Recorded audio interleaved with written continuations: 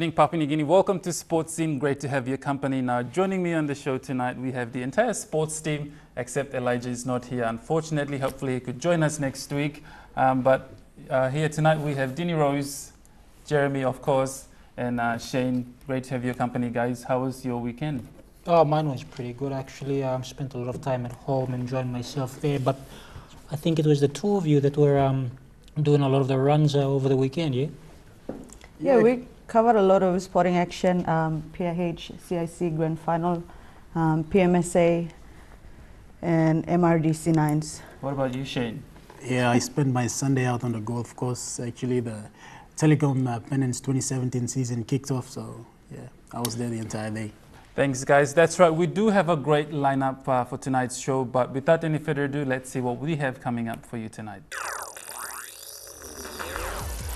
Coming up on the show tonight, we take a look at the under-17 national men's football team, who were narrowly edged out by New Zealand in the OFC under-17 World Cup qualifiers. Unfortunately, they scored in the additional time and heartbreaking for the boys.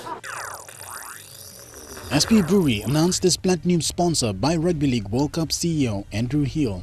SP Brewery is an official platinum partner of the 2017 Rugby League World Cup here in Papua New Guinea.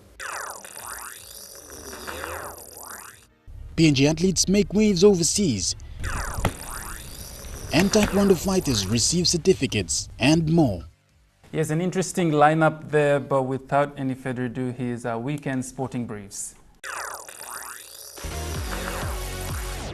On tonight's Sports Brief, the nominations for the SP Sports Awards were announced last Wednesday at the SP Brewery head office here in Port Moresby. This year is the silver jubilee of the event. Over the last 24 years, it has given recognition of sporting excellence to some of PNG's best sporting men and women, and this year will be no different.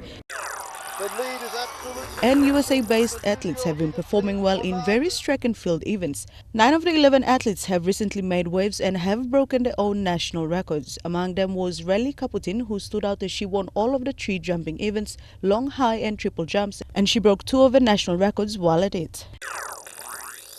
And to the Champions League, Medang FC is currently in New Caledonia. The team travelled there last week and had their opener match over the weekend against AS Central Sport of Tahiti. Things went south for MFC as they lost with 3 points to Tahiti 7. Both sides are first-timers in this regional stage of competition, but Tahiti showed prowess and dominated the field of play early on. Vana Malagian scored the opening goal for Medang, followed by a slick one from Eliuda Korhe, and Nigel Malagian took a penalty shot. But after the 56th minute, MFC had no chance of scoring again as Tahiti kept scoring till full-time and prevented Medang from scoring while at it. Hopefully they redeem themselves tomorrow against New Caledonia's AS Magenta. And in the PIH Corporate Indoor Cricket, the men's division had a grand final over the weekend, and Team BSP came out victorious over the Rigo Kitoros by 21 runs. Yes, and there you have it, your weekend sporting briefs. Now, to kickstart our show tonight, Rugby League World Cup 2017, which is a very historic event that PNG will get to see. Obviously, last week, I was at SP Brewery and they did the announcement where Rugby League World Cup CEO Andrew Hill said SP Brewery is obviously the platinum sponsor for this year's Rugby League World Cup. Now, Godwin, as part of that sponsorship, what will be entailed, required from SP Brewery? So, obviously, there's going to be finance involved. And apart from that, SP, obviously the SP Alcohol SP is going to be the official drink during the 2017 Rugby League World Cup. And obviously you'll get to see other promotions regarding SP in the country, especially where the tournaments will be held at every stadium. Yep. Now, speaking of those, Shane, which countries are coming here? Because understandably I don't normally cover rugby league, but I know the Americans are going to be here. Yeah, the Americans, Wales and Ireland. Americans, so 3 countries. And of course Papua New Guinea as well. Papua New Guinea as well in the pool, and I'm betting Papua New Guinea will win that 3 countries. Well, United States have some NRL experienced players, but from my perspective, I think we will come out strong in that. Well, I hope Papua New Guinea do well, because the last time I saw America play in the Rugby League World Cup was, I think, in 1990, a long time ago. probably before you guys were born, but I did watch America play, and one of the best players then was a guy named Schofield. Yeah, who played with the British team as well. So they were really exciting times during the World Cup. I think, Jeremy, one good thing about SP Brewery coming on board is they're not just going to be promoting alcohol, but also promoting responsible drinking. And obviously, they'll have big events. That's what Managing Director Stan Joy said, that big events. We are going to see bigger and better things to do with SP Brewery when it comes to Rugby League World Cup in the country. So that's going to be a huge event. Now, in line with this, because the stadiums are going to be too small, and so Minister for Sports said that other things will be looked at, like big TV screens on the side will be set up so that rest of the country or people around Port Moresby that cannot make it to the stadiums will get to see Rugby League World Cup. Yeah, like we had the fan zones during the FIFA Under-20 Women's World Cup last year.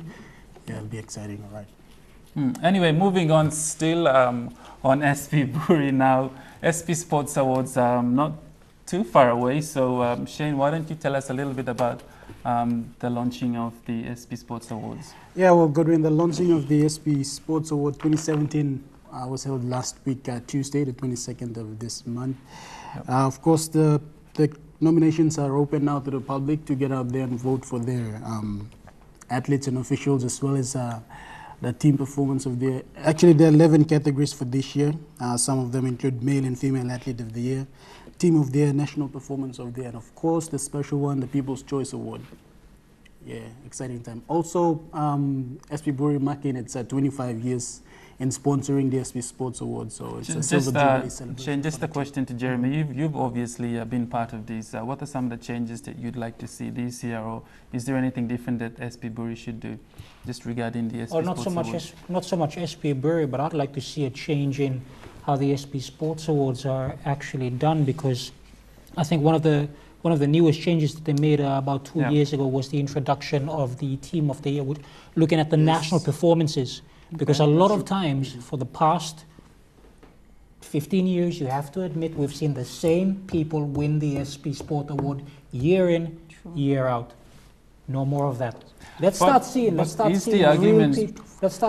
real performances from Papua New Guineans here in Papua New Guinea start winning these awards. Because for a number of years, everything that we seem to do is look at who's performing overseas. That's not fair. The caliber of those athletes are totally different to the same people, to the people that are here in Papua New Guinea, that do put in as much effort and have made as much sacrifice as everybody else. That, personally, is what I would like to see in the SP Sport Award, that we start looking away from those people that are out there in the limelight and start recognizing people that actually work. I think they should have more people like, more teams, maybe individuals or teams like Eperi South. Last year they got People's Choice Award. They were nominated, and that's their first time to be nominated. They are very small. They come from a very small competition, and they've made it to the SP Sports Award. So there should be more of them in there. I'd also like to see a far bigger voting base. True. Utilizing the mobile platforms that we have, utilizing social media. We've got Twitter, we've got Facebook now. Just upload videos on YouTube and get people voting for these as well. Send out your SMSs on the various networks that we see and start getting people to vote. True. I agree, Jeremy, because it's 25 years of SP Sports Awards, and doing this should be something to look at. Yeah. Anyway, interesting conversation there. We'll take a quick break. Don't go anywhere. You're watching Sports Scene.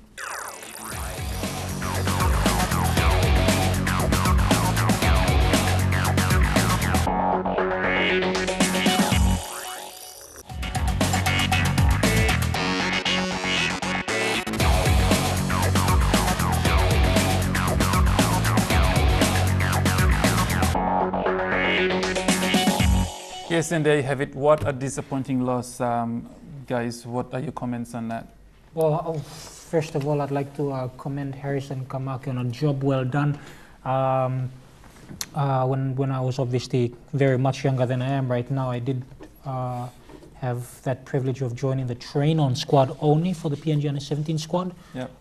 This was such a long time ago, but never did we dream that we'd make it that far. Whereas for this team here, you know, he's brought a whole bunch of boys from just Merang and Lay only. Yes. But the fact that he's taken a squad, and believe it or not, but this team trained far longer than our women's under-20 squad that took part in the FIFA World Cup last year. So this was a very long. Jeremy, don't you think squad. the expectations are too high for these players? No, I don't think so. I don't think so. I think the time for us to have experience and traveling over there to see what it's like, no, that's over. PNG should be, and I believe will be, #1 in this region. This Pacific, all the other countries in the Pacific, not as good as Papua New Guinea. So And PNG that's in any sport. Bar, of course, maybe right now we've got the Fijians winning in rugby sevens, but in everything else, PNG has no excuse. We should be #1, and we should stop every time that we travel outside of Papua New Guinea. We're not going there for experience anymore. We're going there to win. It was, you know, certainly a heartbreaking feeling for the players, and Shane, you obviously caught up with them as well at the airport on their return back from overseas. Yes, Godwin. This particular competition, I think that under-17 team did learn and did improve as the match progresses.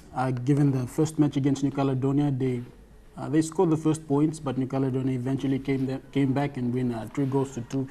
But the second match against Vanuatu, they actually drew the match 3-0. So there's a sign of improvement there that's being highlighted by Coach Harishan Kamaki, and they did respond to that. The match against Tahiti saw them surprise the host nation by beating them and then qualified for the semi-finals.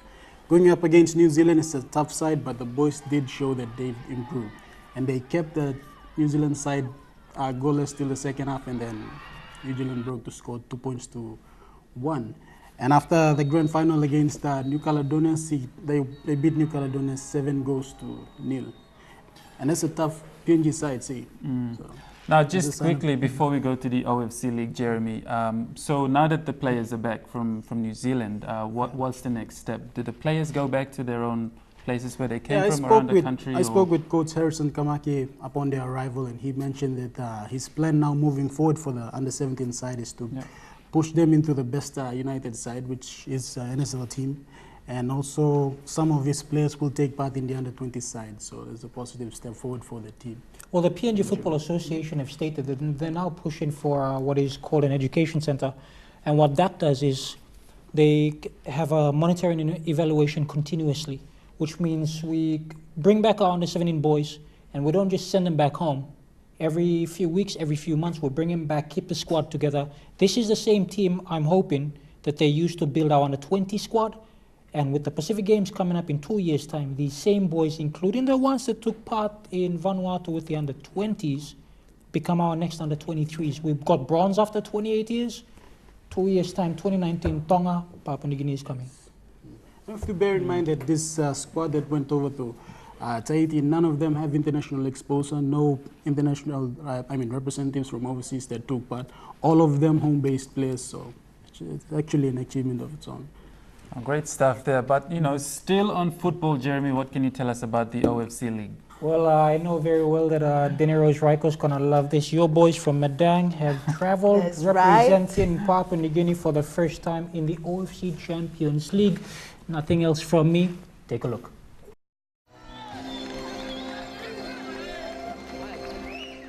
It didn't commence as easily for the Tahitian side as the scoreline might suggest, however.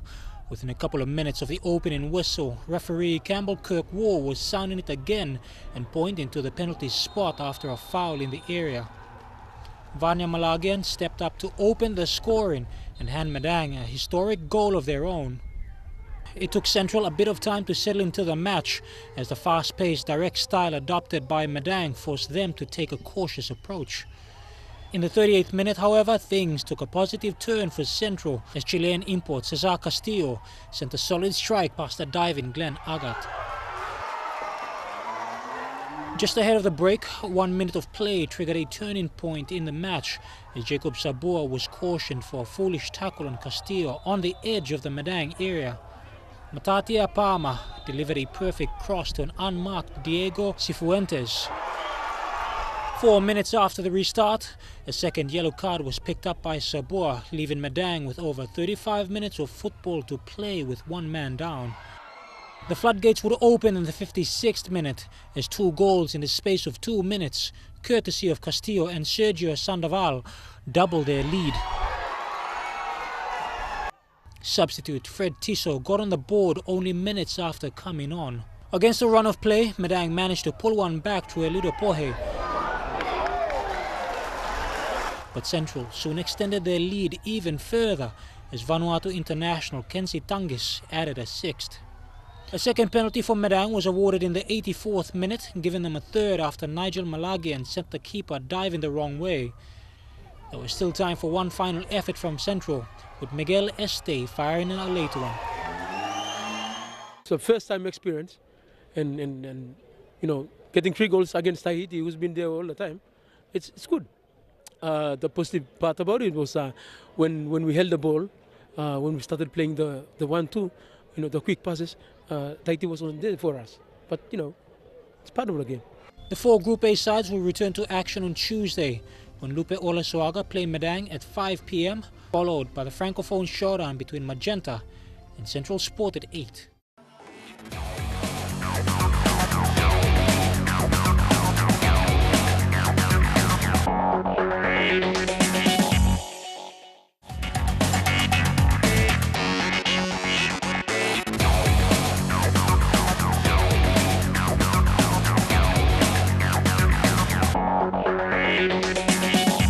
Yes, and there you have it. Great cricket action over the weekend. Now, Dini Rose obviously was there to cover the event. So, Dini Rose, why don't you tell us about the competition over the weekend? Yeah, it was jam-packed. They had only the men's grand final. They'll have the women's next week. The BSP side won. Obviously, as you've seen already, they've won. And the Rigo Kitoros, their opponents, they came all dressed for show. The supporters were all dressed in traditional, not just any other clothing, traditional dressing with kundus, everything. And they came, but unfortunately they lost to BSP by 21 runs. So, yeah. How do you score how do you score there? Because Gordon and we went over a couple of weeks back, yes, right? We did. Yep. And I know that the pitch is far shorter, and you lose runs as well. Yes, you lose runs. If there's a wicket, whatever runs you've made, they will minus 5 points. So, and if they count a boundary when it hits the net and it goes out. They count it as a boundary. And the normal 1 runs, they just count it as 1, 2, a run. Isn't it a little bit different to the normal outdoor cricket? Yeah, it's very different from the traditional cricket. Only 8 aside, 16 overs, okay. And of course they play. Indoors. Yes, they play indoors. I think that's the whole reason why the runs are very short. They just run to the halfway mark. What do you make of it now? I've noticed that a lot of times in these corporate events, there's a lot more support. They have barbecue stands everywhere. It's a really open. It's a competition where you want to have a sausage sizzle. You go. I know, right? I know. It's like as soon as you turn up, there's like 7 different barbecue stands and gas there's a lot everywhere. of attraction there to go to. Even if you're not interested in cricket, you would still want to go there. Cool stuff. Well, when's the grand final this weekend? This Saturday. For the ladies. Yep. For the women's grand final. Yes. Now, the other thing is, Dini Rose, once the indoor cricket grand final is over, they'll start preparing for the usual outdoor cricket competitions. Yes, pond cricket. Great cricket action. Anyway, moving along, we have overseas-based PNG athletes also making waves. And Dini Rose, you obviously did a story on this. Can you tell us a little bit about these athletes living overseas? Yes, so there are 11 athletes overseas there in the States. Only 9 took part in various activities last week. And there were some performances that stood out. I think the one that stood out for me would be Relly Kaputin's jump. She went through 3 jumping events and she won all 3 for the long jump, high jump, and the triple jump. And she set a new national record for herself again. She's now preparing to go for the one she took part in.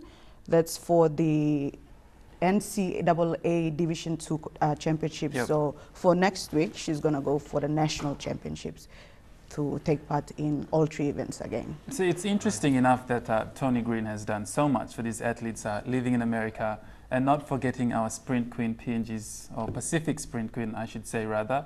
Toya Whistle had also made strides in her recent championships in local meets in Brisbane. And she's also doing very well to start her 2017 season.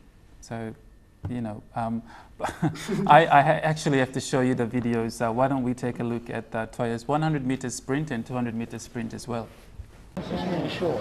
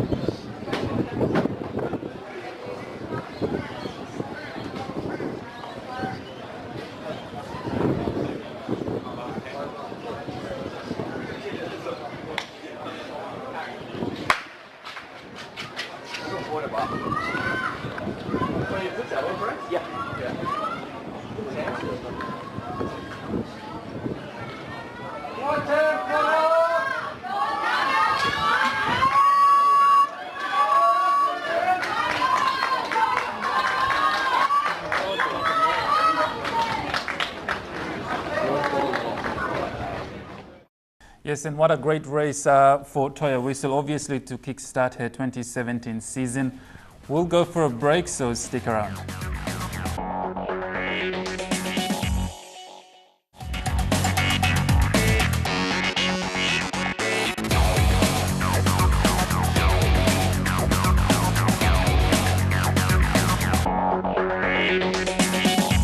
Welcome back to Sports Scene. Now, 10 Taekwondo fighters received their red belt certificates from Master Jamaga Stone after completing Taekwondo training.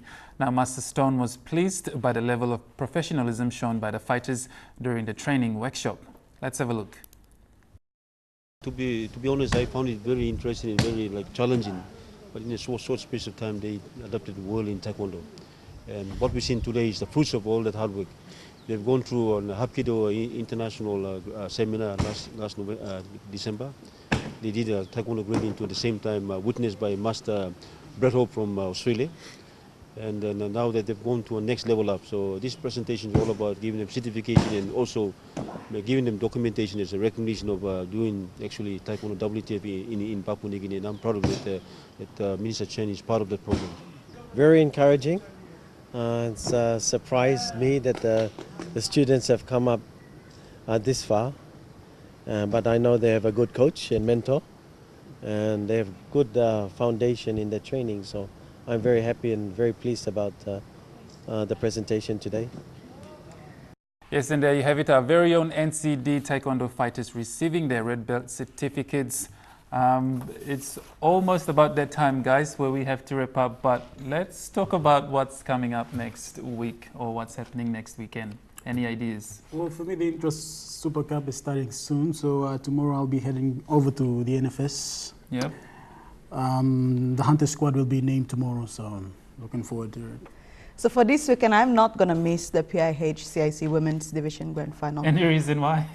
After seeing what happened over the weekend, I need to be there. I just want to send a big shout out. Try not to. I just want to send a big shout out to Medang Football Club taking part in the OFC Champions League, and alongside them, Telkom NSL 2016 and 15 champions, Lee City Dwellers, all the best fellas, and bring back the beef.